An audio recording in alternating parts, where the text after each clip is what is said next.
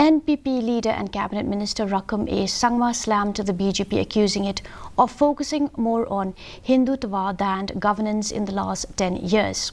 Stating that it is a wake-up call, the NPP leader said his party will soon sit and introspect the result of the Lok Sabha elections. Meanwhile, the NPP has asked Lok Sabha member Ricky A.J. Singhon to convince the centre to implement ILP in the state.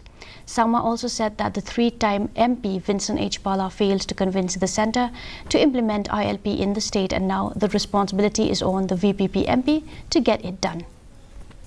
It is not about alliance. It is not about alliance. It's a what you call people has brushed NPP with the BJP this time, but it's completely different, right? It's also really listen for the BJP also, because they always talk about their ideology rather than governance.